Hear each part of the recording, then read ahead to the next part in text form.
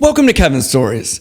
This one's about how I almost went to prison for a really long time for something I didn't do. But more broadly, I would say it is about, if you want to apply it to your own life, it is about how life can just turn on a dime sometimes. I was just walking down the street, mistaken identity sort of, and I got charged with felony assault with a deadly weapon with intent on a police officer. 5-year mandatory minimum, up to 25 years. And here's what happened. Picture it. Boulder, Colorado, 1997, snow-peaked Flatiron Mountains overlooking Spanish Tile and Californians driving around in Chevy Tahoes to drum circles and didgeridoo orgies. And the OG Californian in Colorado was noted car dealer and Hall of Fame quarterback John Elway, who was getting to the end of a stellar career and had what at that point looked like might be his final chance to finally put a Super Bowl cherry on top of his Any Given Sunday. I didn't care. I'm not a Broncos fan. I'm a Lions fan. I barely watched the game. I think I watched maybe a quarter and a half. I drank one beer, which I actually lied about on the stand. But I drank one beer, I ate pizza, and I talked about how if Barry Sanders had that offensive line, he would have rushed for 35,000 yards a season. And then I went to the music building. And I practiced piano. For hours, I ran into Greg Money Dies, Dr. Greg Money Dies. He was the jazz piano teacher there. He was sort of a mentor to me and Eric Deutsch and some of the other guys in this band Fat Mama that I played in back then. We chit-chatted a little bit. He joked about working me too hard because I was practicing piano during the Super Bowl. And then, we said goodbye and I walked home. And on the walk home, I kind of sensed that there had been some drama on the Hill, which is the student section in Colorado. I could kind of smell tear gas. And the police, but I was not surprised. The police in Boulder are real loose with the tear gas gun. And the police and the students hate each other. At least they used to hate. I don't know. They could be like singing Kumbaya now. But at the time, they didn't get along at all. There were student riots at the end of my sophomore year because it was such a police state, and they kept hiring more police, just kept getting worse. There was a lot of tension. And so anytime the students gathered for anything, they'd show up and just start lobbing tear gas like it was the Gaza Strip. And so I knew immediately that's what was going on. But nothing was really happening. And so as I was walking home, it was pretty chill. I lived in the student section, and I lived kitty corner to Johnny McGuire's, if anyone from that era, Boulder, Colorado, might remember, down the street from the Sink. And actually, the Sink is where I was passing. Sink is this institution in Boulder. It's been there forever. It's been on that Guy Fieri show, Diners, Drive-Ins, and Dives or whatever. And it's down the street from the Fox Theater. Robert Redford worked there when he went to University of Colorado. And anyway, they were arresting this kid, and this young man, and his friends were hassling the police. And as I got close, I heard the police say, "Beat it, or you guys are going to jail also." And I didn't want to get involved. So I crossed into the street, was walking down the middle of the street. Those two guys split across the street. There was a vacant lot. I'm sure one of them did it, by the way. Anyway, a minute later, I hear crash, I'm literally 30 yards from my apartment at this point. And I turn and look oh man, I'm going to see some Rodney King shit. I'm like, oh man, I'm going to see some kid just getting beaten down, and I'm going to make sure the police don't get out of line. But I mostly just rubbernecked, just curious.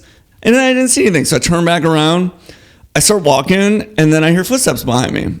And I'm like, and I turn and I look, and it's the police. And I'm like, oh yeah, okay. They want to be like, which way did he go, So I stop, still got my hands in my pockets, just standing there. And then once they get 15, 20 feet away, they start running right at me. And I start looking around Muppet style. Is the guy behind me, And they're just bam, and they just hammer me into the ground. Like knee on the back of my head, grinding my face into the concrete. They tried to say I was resisting arrest in the trial because I kept trying to lift my head up when they were like pushing it into the pavement. And the jury laughed at that, and that made me feel a lot better. But they stand me up and they drag me back to the scene, and I'm like, okay, this is where this will end. That's a reoccurring theme in this story, by the way, is me thinking that this is where it'll end, and it's not where it ends. When the wheels of justice get a hold of you, it's brutal. So they take me back to the scene, and this guy, Officer Anthony Guzman, remember that name? Anthony Guzman says, yeah, that's the guy. I watched him throw it. And I was like stunned, you know? And they jam me into a squad car. That guy drives me to jail. He says all kinds of inappropriate shit. You know, he's like, oh man, you know what they're going to do to you in prison? And, you know, oh, what are mommy and daddy going to think about you now? You know, like he clearly had he had some class issues, I think is what it was. More on that later. So I get to jail, you know, strip search, bend over and cough, you know, a little how's your father from the guard. And then I get interrogated and he's like, why'd you throw a brick at us? And I was like, what are you talking about? Like, I didn't throw a brick at you, and I'm not saying another word till I speak to a lawyer. And he's like, have a nice life. And he slams his book and he walks away. And then I'm in jail. And in jail, it was so crowded because of the Super Bowl that they put me on a cot. You know, because regular jail is too nice. Like, they put me on a cot in someone else's jail cell. So it was like 10 feet by 10 feet. I had to, like, take a shit in front of a guy that I've never met before. You know? It was like, and him too. And, you know, we had a whole routine where it'd be like, you know, someone would make a move for the toilet sink, you know, because it's always like a toilet and a sink put together in jail. Like, someone invented that, you know? Someone got rich on the toilet sink. Some kid somewhere was like, oh, I got this. Let me get this wrong. My dad's the toilet sink guy, you know? It's always the toilet sink in jail for some reason. And so if one of us was like making a move for the toilet, you know, casually, the other one would be like, oh man, I'm kind of tired. I'm going to take a nap. Well, you know, it's like the courtesy of like, okay, you gotta go to the bathroom. I'm gonna pretend to sleep for a minute. I'm gonna take a little cat nap. let you go number 2. So, you know, my roommate was actually kind of cool. He was a cab driver who had turned himself in. He like kited a bunch of checks in the 70s and had a warrant forever, and he turned himself in to deal with it. So, you know, that was cool that they gave me a fairly cool roommate. If you gotta stay on the cot in someone's room, he was pretty good. You know, 23-hour lockdown, that wasn't so hot, you know, no vegetarian food. They're like, yeah, I asked him, you know, because it was like literally just like Salisbury steak, you know, and not the good kind, not like the Hungry Man, you know, like it didn't look like what I remembered as a kid. But I don't eat meat, and I haven't for like 30 years. And I was like, I'm vegetarian. They're like, oh, you have to notify us on the way in. I'm like, oh yeah, you didn't tell me that when you were telling me to bend over and cough. So I like lived on like cornbread. So, and then, you know, finally it's like, I was in there for like 3 days before I got in front of a judge because it was so busy because of the Super Bowl. And, you know, it was funny, before I go in front of the judge, I don't know if this is like regular, you know, as a virgin, you know, but I don't know if this is what usually happens, but you're sitting in this room and it just like goes around the circle, like campfire style, you know, like everyone's like telling the story of like why they're there, you know, and it's always kind of like, oh yeah, maybe you didn't do it, you know, or like, oh yeah, you know, it's kind of a gray area, or like maybe the police are overstepping. It got to me and I was like, man, I straight up was just walking down the street and I got picked up for, you know, felony assault with a deadly weapon on a police officer. And they were like stunned. They're like, you literally had nothing to do with this and you were walking down the street and you got arrested. And I was like, yeah. And then one guy was like, man, I didn't think that really happened. Even in Florida, because he was from Florida. He also talked about how much better the jail was than Florida at length. But there was one guy who never said a word. There was this one other like, really geeky looking white guy, like accountant dude or whatever, who didn't say a word. And then we go in front of the judge. My bail was $5,000. You know, this guy $2,500, $5,000, $15,000. They're all in that ballpark, you know? Because when you get arrested for a felony, you have to go in front of the judge before you can bail, because you have to have bail set. It's not like getting arrested for a misdemeanor. So this guy stands up, and his bail was $250,000. And we're like, oh yeah, I'm like one of them at this point. We're like, whoa, you know, we're like all looking at each other, and we're like stunned. We're like, what the fuck did this guy do? And so it came out in the paper later. That guy had tried to rape a little girl. And then it was like everybody was actually cool to me in prison. I mean, it's like I was in for allegedly assaulting a police officer, you know. If you got to go, that's how you should go. It's like VIP. It's like the golden ticket. But it didn't, at this point, it didn't even matter, because that guy was the bottom of the totem pole at that point. From that point forward, when we got back to the point where I got bailed out, which was about 24 hours later, there was someone, they did it in shifts. There was someone standing at his door, kicking his door and threatening him all the time. He didn't eat. He didn't leave his cell to eat. They just, man, the whole honor among thieves, like, hierarchy in jail, from what I've seen, it's kind of legit. So I finally got, bailed out.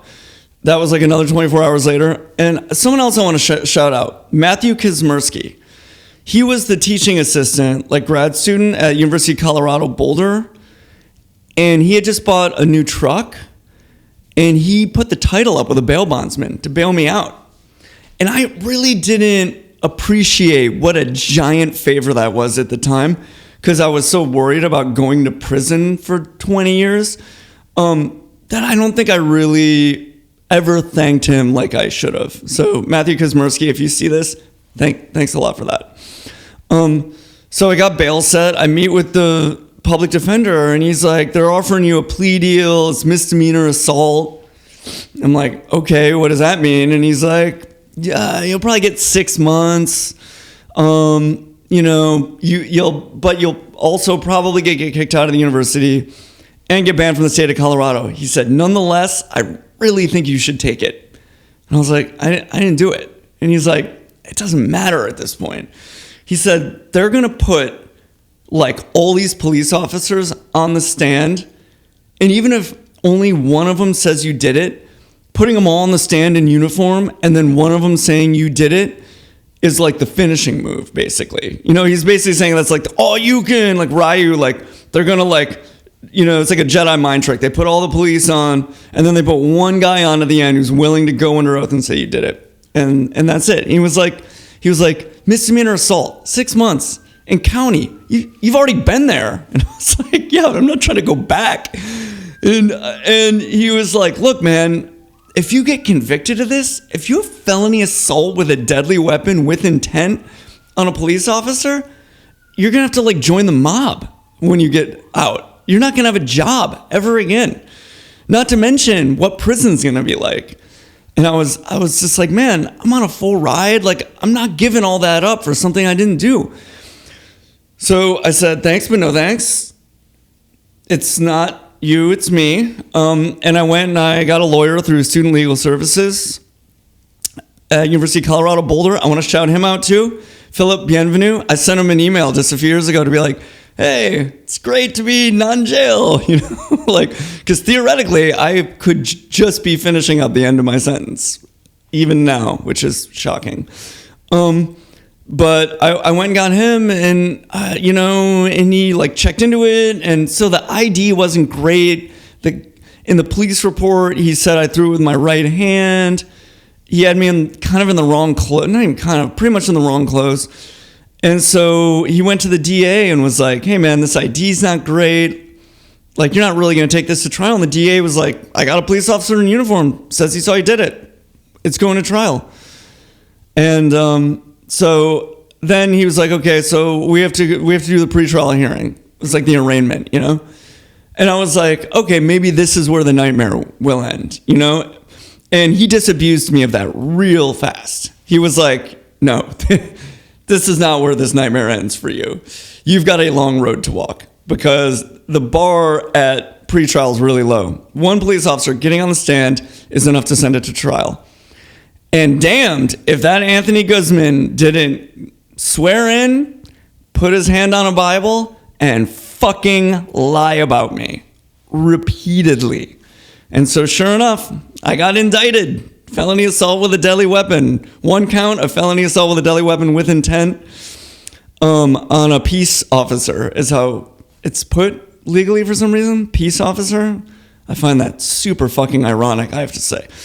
So then it was set for trial, and my lawyer met with the prosecutor again and was like, trying to get like a really easy plea, like, and one of the things my lawyer said was like, you don't have motive here.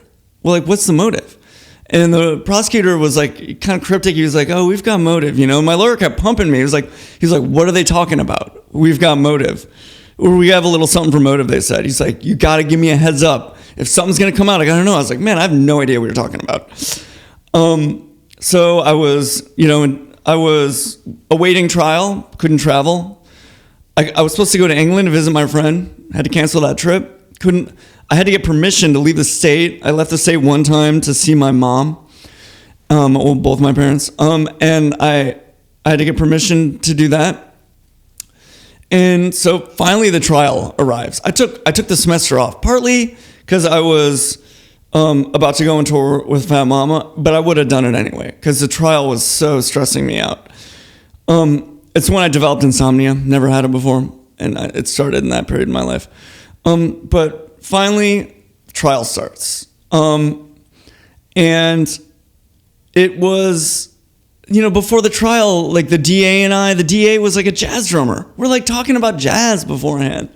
I'm like, oh, this guy's reasonable, like we're hitting it off. And then I'm on the stand and he's just fucking laying into me.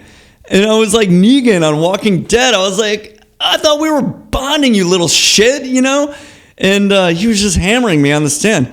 And then, that police officer came in and testified. And my parents will tell you that they legitimately didn't think police would lie under oath. They didn't really believe me in this story until they saw the police officer's testimony. He had tried to say initially that I threw this brick 30 yards. I can't even throw a baseball 30 yards, or I don't know, maybe my life depended on it. But they were claiming I threw a brick 30 yards. Plus, they put me down the street, but somehow it smashed against the wall. Somehow I threw a curveball that smashed against the wall. It didn't make any sense. And the prosecutor recognized it, and he clearly coached him because he changed his testimony to 30 feet. In the pretrial, my lawyer tried to pin him down to me throwing with my right hand, and they got spooked. And he was like, I'm not sure, but I think it was right. He wouldn't commit to it. And then, lo and behold, said I threw with my left hand. And we're like, oh, that's weird. And I was like, have they been spying on me? So then, all of a sudden, they start bringing up something I said in my philosophy and religion class to use as motive. I talked about seeing the police harass my friend from Ghana blatantly because he was the only black guy in a group of like 10 of us. Watching the police single him out and harass him. And they tried to use that as motive. And my lawyer objected, and we did the whole Law and Order thing where you go back in the judges' chambers, and the two lawyers are go back and forth. And then the lawyer was like, I'm going, the lawyer said, because it was the end of the day, it was like, let's break for recess. I'm going to have a ruling in the morning. And talking to my lawyer, I was like, man, my family until this moment didn't think the police would ever lie under oath. And my dad voted for Reagan, and my great-grandfather was a marshal. And when he found that out, he was like, really? And I was like, yeah, man, we're like a Law and Order family historically. And he was like, that's great. So then the next morning he was like, we're withdrawing our objection. And the prosecution got scared. They knew it turned out that something was going to come out that was actually going to hurt them more than help them. So they withdrew the question. So they had to go into closing arguments with no motive. They had to allege that I just walked home and for no reason threw a brick at the police. But it was crazy. They were spying on me. They literally were spying on me. The left-handed thing, I was like, okay, maybe they could have figured that out. This is pre-Facebook and shit. But I was like, I don't know, maybe they figured that out. But then the philosophy, that was crazy. But I mean, it was a pretty big case for Boulder, Colorado. Then Guzman lying on the stand. I'll never forget it. Let me tell you something about that guy too. He lied about me on the stand very clearly. Someone even apologized to me in the parking lot after the trial because he was so clearly lying. And not only that, my dad wrote a letter to the chief of police and was like, hey, I get this sense that this guy has a weird thing with students. Maybe you should assign him to a different beat. And the chief of police was like, oh, yeah, we'll look into it. And then Anthony Guzman shot at somebody like 2 years later. And he claimed that the guy was running from him and then stopped and pulled out a knife.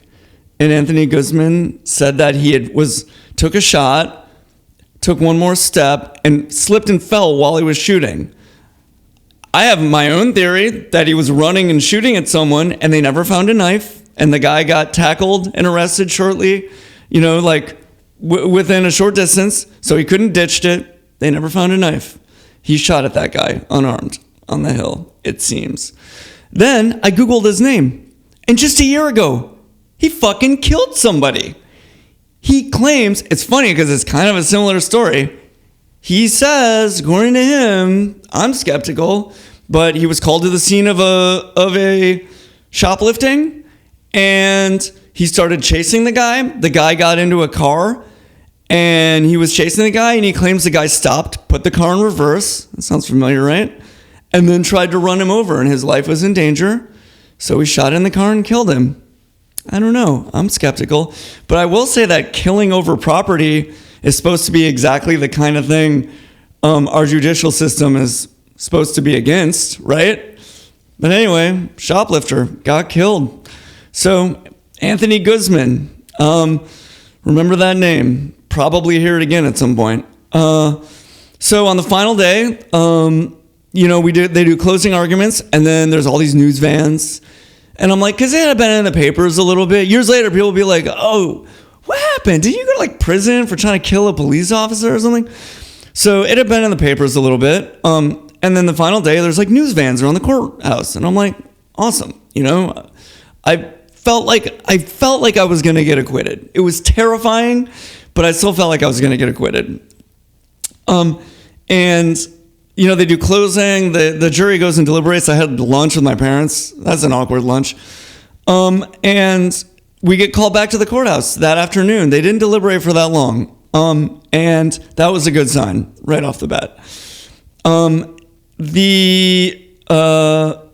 Let's see, we get called back. I get called back to the courthouse. Oh, while we're waiting, the DA and us are sitting there. It's that's also kind of awkward. The jury's laughing about something in the jury chambers, and the DA, to his credit, turns to us and goes, that doesn't bode well for me. Because the jury probably wouldn't be laughing if they were about to sentence somebody to prison. Although they didn't know what my sentence would be. You're not allowed to talk about that. Oh, I forgot to talk about how, because they were trying to claim that they would break 30 yards, and then they amended it to 30 feet, whatever. But my friends Adrian and Pat the night before, who live across the alley, I wore this Michael Douglas falling down, button down shirt, and they stapled the sleeves up really high to show how skinny my arms were. That was kind of funny. And I wore the same shirt every day in trial. So they come out and they're like, Foreman, have you reached a verdict? We have, Your Honor. Will the defendant please rise? That is one of the scariest moments of my entire life.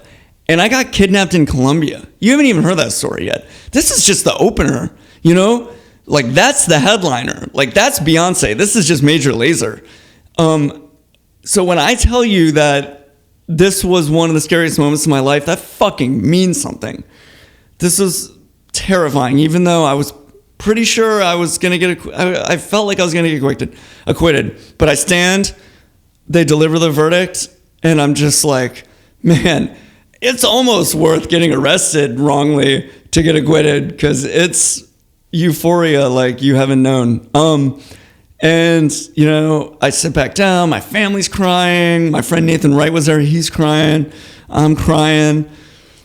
And then I go outside and I'm like, okay, I'm going to tell my side of the story. And I'm thinking there's going to be a podium there somebody set up and a cluster of microphones with TV Tokyo and the BBC. And I get outside and they're just ignoring me. And I'm like, whoa, do they not recognize me or something? And so I keep walking, and I'm like, you guys are like missing the scoop. Like, I'm the guy, you know? And then we keep walking, and all of a sudden the doors to the courthouse open, and the jury goes like sprinting. I mean, the news people go sprinting to the courthouse. And I'm like, who the fuck are these guys? Did they just get acquitted of felony assault with a deadly weapon with intent on a police officer? And I'm like, I don't get it. Who are they? And then I saw in the newspaper that it was the day they assembled the grand jury for JonBenet Ramsey. And that's why the news fans were at the courthouse. They didn't give a fuck about me. I thought I was going to have my Rodney King moment and be like, can't we all just get along? Nope, nothing. But I go and I have a drink with my friend Nathan Wright at Case China, another Boulder, Colorado reference for you guys. And then I have dinner with my parents, and it was, the first real meal I enjoyed in like 8 months or however long it was. And then I got in a van, and I drove all the way across the country to Northampton, Massachusetts. My first gig of tour with Fat Mama ever was at the Iron Horse in Northampton, Massachusetts. And so I drove 2 days and started touring with Fat Mama. That's another story. I got there, and they show up. They're all wearing jumpsuits. John T. Simon, John Goldberger, Joe Russo, Eric Deutsch, Brett Joseph, John Gray. And they hand me a jumpsuit, and they tell me I got to put it on. And so began my tour with Fat Mama. It's funny, right? I got acquitted, and somehow I still ended up in a jumpsuit. That's life.